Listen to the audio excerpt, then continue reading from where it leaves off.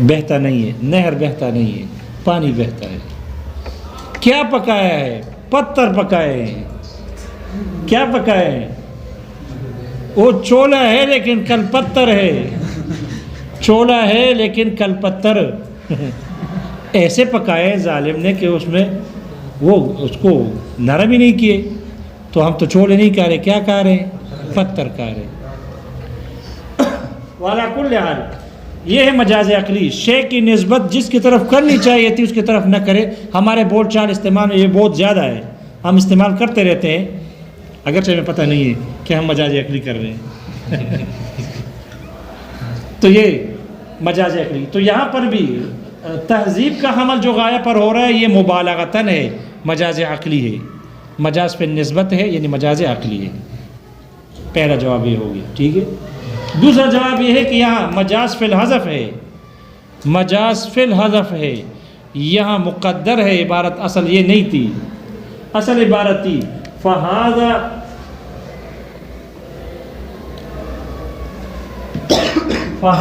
کلام مہذب غایت التہذیب، اصل عبارت یہ تھی فہذا کلام، یہ ایک ایسا کلام ہے، ہذا کلام مہذب، فہذا کلام مہذب، ایسا پاک اور صاف، ایسا صاف اور شفاف، ایسا پاکیزہ کلام ہے، غایت التہذیبی، جو انتہائی پاکیزہ ہے، انتہائی صاف اور واضح کلام ہے۔ اصل یہ تھا کلام موصوف ہے، مہذب اس میں مفعول ہے، غایت التہذیب یہ مضاف مضاف الیہ مل کر اس کے لیے مفعول مطلق ہے، اس کے لیے مفعول مطلق ہے، مضاف الیہ کا اعتبار کرتے ہوئے، ٹھیک ہے، مضاف کا نہیں۔ پھر کیا کیا کہ اس کے فعل کو، شبہ فعل کو حذف کر دیا بما اپنے موصوف کے، یعنی اس خبر کو حذف کر دیا، کیونکہ یہ پھر اس میں مفعول اپنے نائب فاعل اور مفعول مطلق سے مل کر یہ اس کے لیے صفت بن گئی، پھر خبر ہو گئی، تو اس خبر کو حذف کر دیا اور اس کے مفعول مطلق کو قائم مقام بنا دیا خبر کے، قائم مقام بنا دیا خبر کے، اور جو مفعول مطلق، جو مفعول یا مفعول مطلق جس کے قائم مقام بن جائے اس پر دونوں اعراب دینا جائز ہے، اس کا اپنا اعراب بھی جائز اور اس کے جس کے قائم مقام بنا ہے اس کا اعراب بھی جائز ہے۔ یہ بھی کہہ سکتے ہیں فہذا غایت التہذیب، اور یہ بھی کہہ سکتے ہیں فہذا غایت التہذیب، جیسے کہ ہم عام بول چال میں بولتے ہیں سلمت سلاما علیکا، سلاما علیکا مفعول مطلق ہے، پھر فعل کو حذف کر دیا اور اس سلاما مفعول مطلق کو فعل کے قائم مقام رکھ دیا۔ یہ اس کی کون سی حالت ہے؟ یہ مرفوع منصوب مجرور ہے، اس کی حالت کون سی ہے؟ فعل کی حالت نصبی میں ہے، حالت رفعی میں ہے، حالت جزمی میں ہے، حالت رفعی میں ہے، اس لیے کہ عامل ناصب اور جازم سے خالی ہے۔ جب یہ حالت رفعی میں ہے تو اب اس کو حذف کر کے سلامن کو سلمتو کے قائم مقام کر دیا۔ آپ کی مرضی ہے، سلام کرتے ہوئے سلامن علیکہ کہو، یہ بھی ٹھیک ہے، اور اس کو یا اس کا اعراب دے دو، یہ مرفوع تھا، اس کو بھی رفع دے دو، سلام علیکہ، سلام علیکہ، دونوں اعراب جائز ہے۔ اسی طرح یہاں پر بھی ہے، تو اصل یہ تھا فہذا کلام مہذب غایت التہذیب، پھر خبر کو حذف کر کے اس کے مفعول مطلق کو اس کے قائم مقام کر دیا، غایت التہذیب ہو گیا۔ تو آپ کو جو نظر آ رہا ہے کہ ہم نے تہذیب مصدر کا حمل کر رہے ہیں ذات پر، وہ یہاں محذوف ہے، یہاں کیا ہے؟ محذوف ہے، مجاز پہ نسبت ہے، مجاز پہ حذف ہے، محذوف ہے یہاں پر، اس لیے اشکال کی بات ہے۔ اور یہ کلام مہذب موصوف صفت ذات ہے، اس کا حمل ہو رہا ہے حاذا پر، اس لیے کوئی اعتراض کی بات نہیں ہے۔ یہ مسئلہ سمجھ میں آ گیا لکھا جی؟ التہذیب پر الف لام کون سا ہے؟ اس میں کوفی کہتے ہیں، کوفی کوفی کہتے ہیں یہ الف لام عوض میں آیا ہے، مضافرے کے عوض میں آیا ہے، مضافرے کو حذف کر دیا، اس کے عوض میں الف لام لگا دیا، تو یہ الف لام عوض میں آیا ہے مضافرے کے، کوفی کہتے ہیں۔ اور بصری کہتے ہیں کہ یہ الف لام عہد خارجی ہے، یہ عہد خارجی ہے، عہد کے لیے ہے، یہ عہد کے لیے ہے۔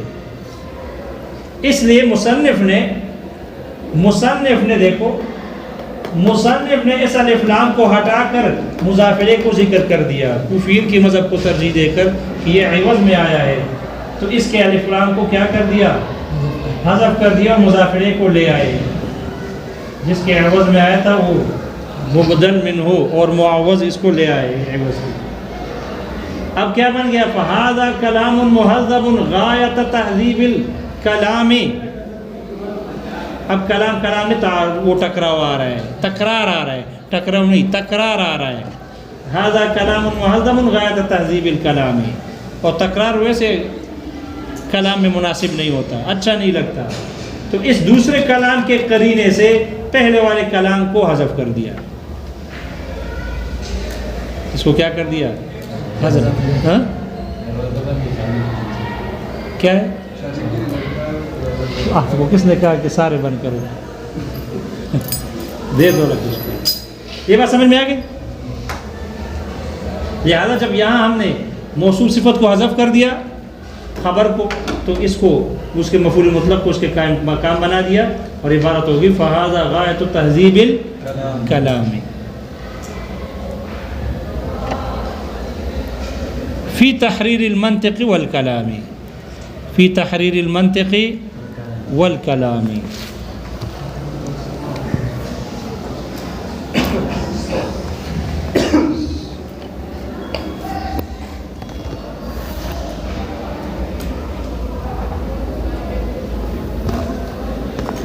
فی تحریر المنطق والکلام، تحریر بیان کو کہتے ہیں، لیکن خاص بیان کو۔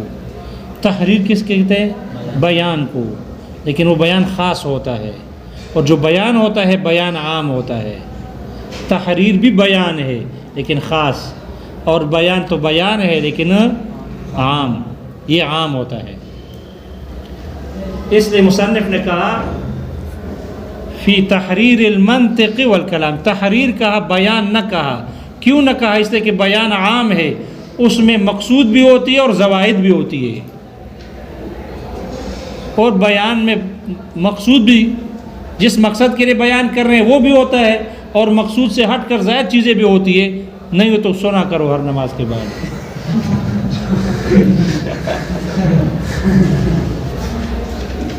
بات سمجھ میں آ گئی؟ جو بیان ہوگا، بیان اگر بیان ہے تو بیان میں اگر مقصود سے ہٹ کر زائد چیزیں آ جائے وہ بیان ہے، اور اگر بیان صرف جو جس مقصد کے لیے بیان ہے صرف مقصود ہی بیان ہو، زوائد اس میں نہ ہو، زائد چیزیں بیکار چیزیں نہ ہو، تو وہ بن جاتی ہے، اس کو کہتے ہیں تحریر۔ اسے کیا کہتے ہیں؟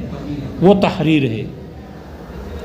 اس لیے بیان، اس لیے مشارح کہتے ہیں مصنف نے فی تحریر المنطق والبیان کہا، فی تحریر المنطق والکلام کہا، فی بیان المنطق والکلام نہ کہا، بیان نہ کہا، تحریر کہا۔ اس لیے کہ بیان میں حشو ہوتی ہے، حشو اور زوائد، حشو و زوائد، حشو اور زوائد، یعنی زیادہ بیکار بات، فضول باتیں ہوتی ہے۔ دونوں کا معنی زائد ہے، بیکار، مقصد سے زائد چیز ہے، دونوں کا معنی یہ ہے۔ البتہ دونوں میں تھوڑا سا فرق ہے،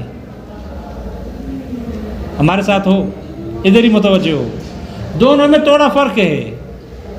فرق یہ ہے، حشو اس زیادتی کو کہتے ہیں کہ جو مقصود سے زائد ہو لیکن مفید ہو، جو مقصود سے زائد ہو لیکن مفید ہو۔ اس لیے نماز کے بعد جو بیان ہوتا ہے وہ مقصود سے زائد تو ہوتا ہے لیکن مفید ہوتا ہے۔ محتمم صاحب نے توجیح کریں گے اس کے لیے، تعویل کر لیں گے ان کے لیے، مگر نہیں سے نہ ہو کہ یہ بات سمجھ میں آ گئی۔ تو حشو بھی زائد کو کہتے ہیں، بیکار بات کو، زوائد بھی زائدتی کو کہتے ہیں، بیکار، مقصود سے زائد۔ لیکن دونوں میں فرق یہ ہو کہ حشو اس زیادتی کو کہتے ہیں جو مقصود سے زائد ہو لیکن فی نفس ہی مفید ہو، اور زوائد اس زیادتی کو کہتے ہیں جو مقصود سے زائد ہو اور بلا مفید ہو، غیر مفید ہو، فائدہ مند نہ ہو، ویسے بکواس ہو۔ یہ بات سمجھ میں آ گئی؟ اس لیے مصنف نے فی تحریر کہا، فی بیان نہ کہا۔ المنطق والکلام، منطق آپ پڑھ چکے ہو، وآلۃ قانونیۃ تعصم مراعاتها الذہن عن الخطأ فی الفکر۔ کلام کیسے کہتے ہیں؟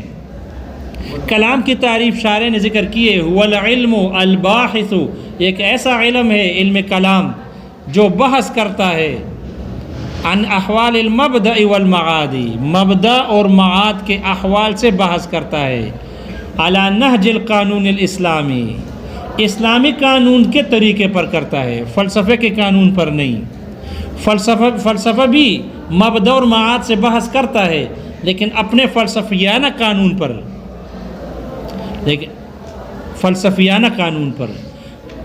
اس لیے یہاں یہ علم کلام مبدأ اور معاد سے بحث کرتا ہے لیکن اسلامی قانون کے طریقے پر کرتا ہے۔ مبدأ کہتے ہیں ابتدا کو، اس سے مراد اللہ تعالیٰ کی ذات اور اس کے صفات ہیں۔ مبدأ جس سے ابتدا ہو، اور ابتدائی اللہ ہی کی ذات ہے، والاول والآخر، والاول اول کل شیء وآخر کل شیء۔ تو اول ہے، مبدأ ہے، اور معاد، تو مبدأ سے مراد اللہ تعالیٰ کی ذات۔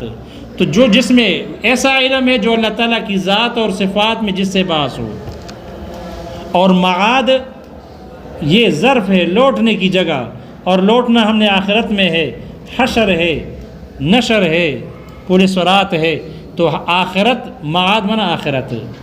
تو ہر وہ علم کہ جو اللہ تعالیٰ کی ذات اور اس کی صفات اور آخرت، حشر و نشر سے بحث کرے اسلامی قانون کے طریقے پر، اس کو کہتے ہیں کلام، علم کلام کہتے ہیں، جس کو ہماری اصطلاح میں علم عقائد بولا جاتا ہے۔ عقائد، یہ بات سمجھ میں آ گئی؟ دیکھو کتاب میں دیکھو کہاں سے رہ گیا تھا۔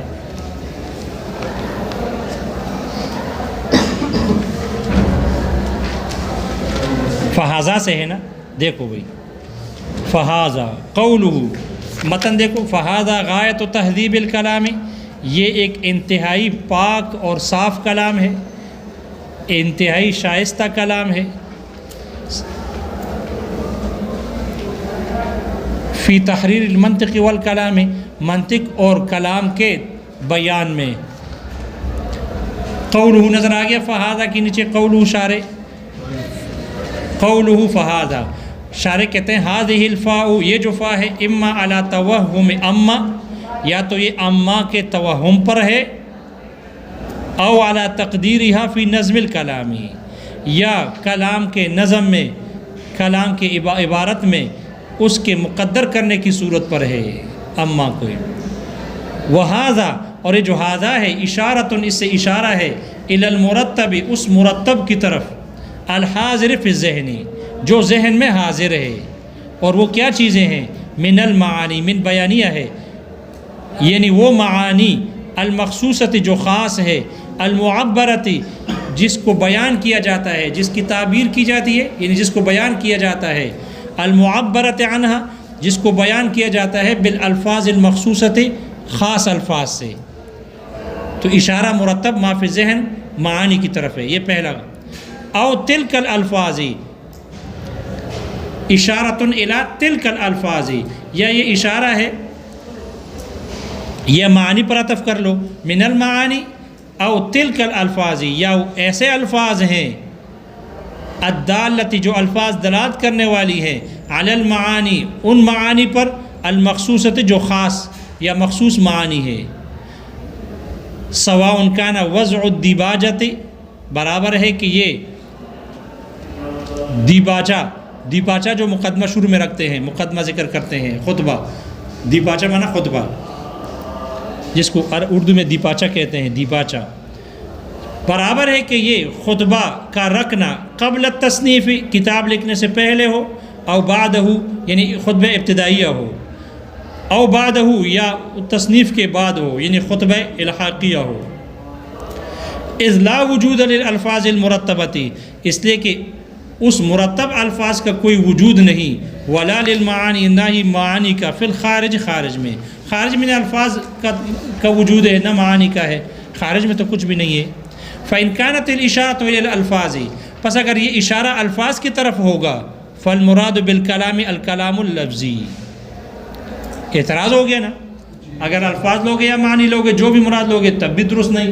الفاظ مراد لوگے پھر تو ٹھیک ہے کیونکہ کلام الفاظ ہی کو کہتے ہیں. لیکن اگر معنی لوگے تو ٹھیک نہیں. اب اس کا جواب دے رہے ہیں فإن كانت الإشارة إلى الألفاظ اگر اشارہ الفاظ کی طرف ہو فالمراد بالکلام الکلام اللفظی تو پھر کلام سے مراد کلام لفظی ہوگی. وإن كانت إلى المعانی اور اگر معنی کی طرف ہو فالمراد به الکلام النفسی تو پھر اس سے مراد کلام نفسی ہے. الذي يدل عليه الکلام اللفظی جس کلام نفسی پر یہ کلام لفظی دلالت کر رہی ہے. قوله غایت تہذیب الکلام شارح کہتے ہیں حملہ علی ھذا تہذیب کا حمل کرنا ھذا پر اما بناء علی المبالغۃ یا تو یہ قائم ہے یا مبنی ہے مبالغہ پر جیسے زید عدل میں ہے.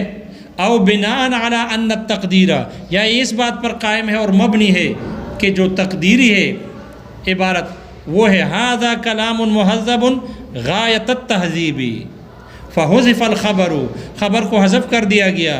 وأقیم المفعول المطلق مقامہ اور مفعول مطلق کو اس کے قائم مقام کر دیا گیا. وأعرب بإعرابہ اور اس کو اعراب جاری کیا گیا اسی کا اعراب اعلیٰ طریق مجاز الحذف مجاز حذف کے طریقے سے.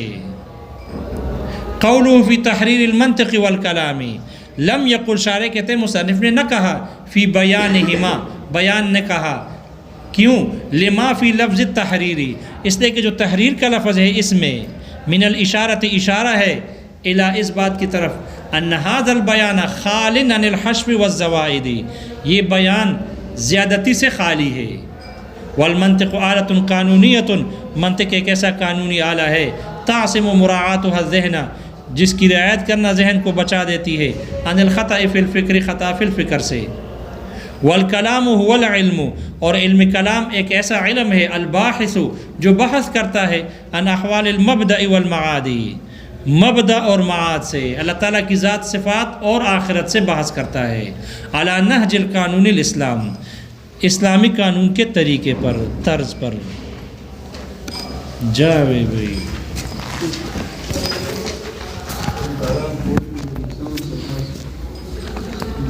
جی